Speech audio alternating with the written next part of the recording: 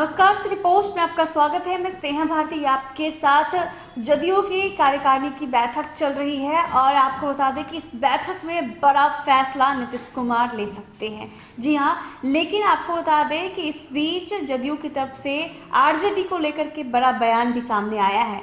जी हां, आपको बता दें कि जदयू के नेता है संजय झा, उन्होंने बड़ा बयान दिया। उन्होंने कहा है कि तेजस्वी यादव जो मनसा पाल बैठे हैं वो मनसा उनकी पूरी होने वाली नहीं है, यानी नीतीश कुमार बीजेपी का साथ छोड़ने नहीं जा रहे हैं, ऐसा इशारा मिल चुका है पार्टी की तरफ से। अनुराग के पास चलते हैं। अनुराग, क्या कुछ खबर आई है सामने? बिल्कुल स्नेहा, समझा जा सकता है जो आपने बताया कि संजय झा ने जो बयान दिया है उन बयानों के मायने समझा जा सकता है कि बिहार के अंदर क्या कुछ है। देखिए, बिहार के अंदर अगर सरकार चल रही है तो बीजेपी और जेडीयू दोनों मिलकर सरकार चला रहे हैं। किसी भी कीमत पर अगर बीजेपी जेडीयू अलग हो जाती है तो सरकार चलेगी ही नहीं।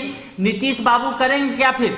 तो नीतीश के पास मजबूरी है, सरकार तो उन्हें चलानी ही है बिहार के अंदर, क्योंकि बिहार तो उनकी यूएसपी है। बिहार में ही वो सरकार चला रहे हैं पिछले 15 सालों से, और इस बार जनता ने फिर से एक बार उन्हें मैंडेट दिया है, वो सरकार चला रहे हैं। तो संजय झा की बातों से समझा जा सकता है। देखिए, जेडीयू के अंदर गुस्सा है, भारी गुस्सा है। बैठक चल रही है, बैठक में तमाम तरह के निर्णय लिए जाएंगे स्नेहा, पर इन बातों को भी समझना होगा कि जेडीयू के पास ऑप्शन सीमित है, यानी जेडीयू जवाब देगी स्नेहा।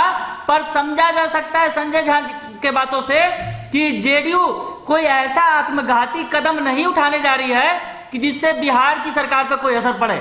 बिहार में बीजेपी जेडीयू की सरकार यानी एनडीए की जो सरकार चल रही है उस पर कोई असर नहीं पड़ेगा स्नेहा। इनकी बातों से ये समझा जा सकता है। पहले हम अपने दर्शकों को वो बयान सुनवाते हैं, संजय झा क्या कुछ कह रहे हैं। नहीं, अभी हमको नहीं लगता इस पर यहाँ पे चलते। आपके विरोधी इसी बहाने आप लोग पे हमला बोल रहे हैं। और काम क्या है? तो मौका ढूंढ रहे हैं ना, वो मौका नहीं मिलने वाला है। आपके माध्यम से बता दूं, जो मौका वो सोच रहे हैं, बिहार में नीतीश कुमार के नेतृत्व में एनडीए गठबंधन 5 साल जनता की सेवा करे। लगातार इस बात की चर्चा है कि विपक्ष लगातार कह रहा है कि पीठ में खंजर घोंपा है बीजेपी ने। कोई खंजर नहीं घोंपा। मैंने कहा कि हम लोग आमने सामने चुनाव विभिन्न स्टेट में लड़ते हैं। अलायंस हमारा बिहार में है और दिल्ली में पीछे हम लोग का अलायंस हुआ था।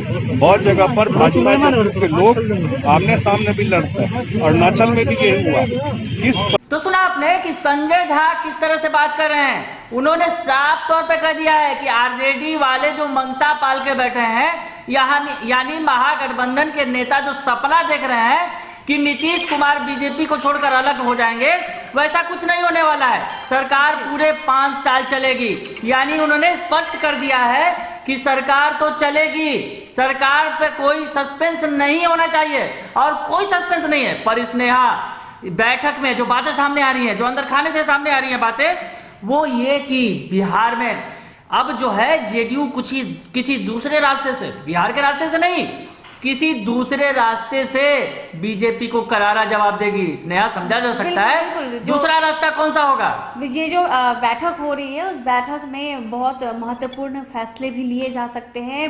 बीजेपी के खिलाफ जदयू बड़ा रणनीति भी तैयार करने में जुटी हुई है। लेकिन आपको ये भी बता दें कि बंगाल चुनाव भी है, और कहीं ना कहीं जो अनुराग बोल रहे हैं कि जवाब देने का जो रणनीति है वो तैयार किया जाएगा, तो जी हाँ, बंगाल चुनाव वो रणनीति हो सकता है। अनुराग, बिल्कुल स्नेहा, आपने जो सही समझा, जो हमारे दर्शकों ने समझ भी लिया होगा, जो हम बता भी रहे हैं कल से कि आखिर क्या कुछ हो सकता है। बंगाल के रास्ते बीजेपी को घेरेगी जेडीयू, और जेडीयू ने पहले से प्लानिंग भी कर रखी थी। हालांकि वो बीजेपी पर छोड़ रही थी सब कुछ, पर अब जो है बीजेपी पर नहीं छोड़ा जाएगा, और जेडीयू जो है बंगाल के अंदर कोई बड़ा धमाका कर सकती है, बड़ा निर्णय ले सकती है, क्योंकि राष्ट्रीय कार्यकारिणी की बैठक हो रही है, तमाम जगहों से नेता आए हैं और बंगाल के नेता भी पहुंचे हैं, तो इस पर एक बड़ा फैसला जेडीयू लेगी। बिल्कुल, केसी त्यागी ने कल साफ कहा था कि बंगाल में तो चुनाव लड़ेगी ही जदयू।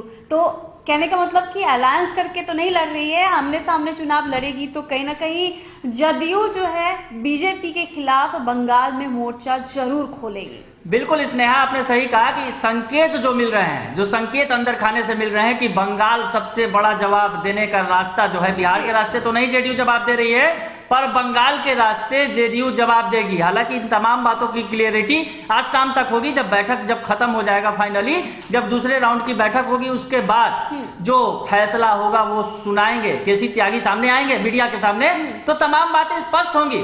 पर स्नेहा, हम बता दे रहे हैं जो कुछ जेडीयू की रणनीति, जो अंदर की खिचड़ी पक रही है, हम वो अपने दर्शकों को बता रहे हैं कि बीजेपी पर जेडीयू सीधे सीधे वार नहीं करेगी। और आप देख भी सकती हैं कल से जो है नेता चुप्पी साधे हुए हैं, इस मामले पर ज्यादा कुछ नहीं बोल रहे हैं। हालांकि केसी त्यागी ने गुस्सा जाहिर जरूर कर दिया और बता दिया कि जेडीयू ने अच्छा नहीं किया है। हालांकि इन तमाम बातों के बीच आरजेडी खूब मजे ले रही है स्नेहा। बिल्कुल, सुबह आरजेडी के प्रवक्ता मृत्युंजय तिवारी ने भी बड़ा बयान दिया है, या यूं कहें कि तंज कसा। उन्होंने कहा है कि जदयू अब न घर की रही न घाट की, यानी नीतीश कुमार न घर के रहे न घाट के रहे। लेकिन एक तरफ शिवानंद तिवारी ऑफर भी दे रहे हैं, मतलब मजे लिया जा रहा है विपक्ष की तरफ से, बोला जाए साफ शब्दों में तो। बिल्कुल, जो मृत्युंजय तिवारी है कार्यकारिणी की बैठक पर ही सवाल खड़े कर रहे हैं, कह रहे हैं कि बचा ही क्या है जेडीयू के पास, कार्यकारिणी की बैठक कर रहे हैं वो राष्ट्रीय कार्यकारिणी की। पार्टी तो टूट गई, खत्म हो गई अरुणाचल में। मृत्युंजय तिवारी को भी बातें हैं दर्शकों को।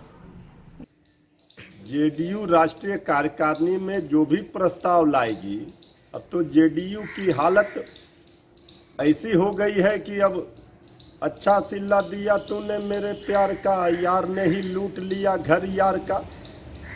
तो जेडीयू क्या प्रस्ताव लाएगी? अब जो भी प्रस्ताव लाएगी, जेडीयू को जो आघात पहुंचाया है बीजेपी ने, जेडीयू के तीर से ही बीजेपी ने जेडीयू को घायल कर दिया है। अब इस जख्म पर जेडीयू किससे मरहम पट्टी कैसे करवाएगी, ये जेडीयू सोचे।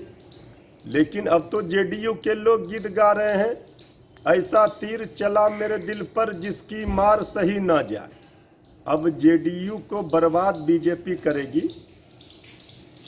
तो बिल्कुल सुना आपने किस तरह से मृत्युंजय तिवारी शायराना अंदाज में नीतीश कुमार पर तंज कसते हुए नजर आ रहे हैं। साथ ही साथ आपको बता दें कि शिवानंद तिवारी का भी वो बयान सुनाते हैं, जिसमें वो बोल रहे हैं कि हम इनवाइट करते हैं, न्योता देते हैं, फैसला नीतीश कुमार को लेना है। तो सुनिए जरा।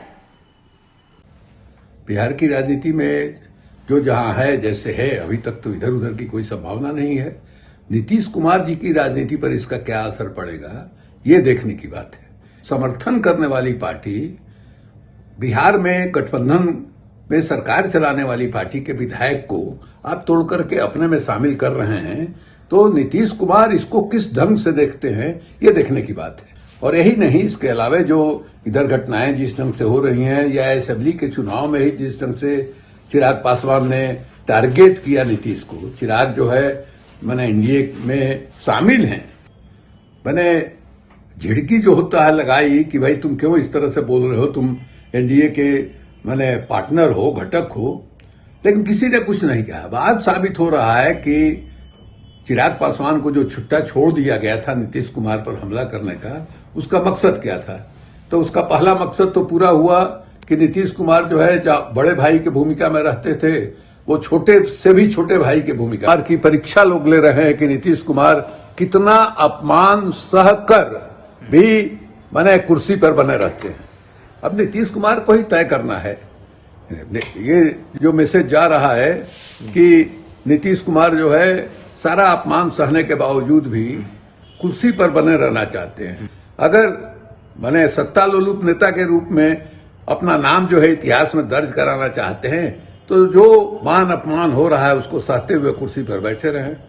अगर स्वाभिमानी राजनेता के रूप में अपना नाम दर्ज कराना चाहते हैं, तो उनके सामने पहला रास्ता तो यही है कि सार्वजनिक रूप से नरेंद्र मोदी और अमित शाह ये सवाल करें, उसके बाद जो है फिर देखें क्या प्रतिक्रिया होती है। तो लगता है कि पहले कदम के रूप में कम से कम एतराज तो वो उठाएं, एतराज उठाएं, उसके बाद ही ना बाहर जाने और भीतर रहने की बात होती है।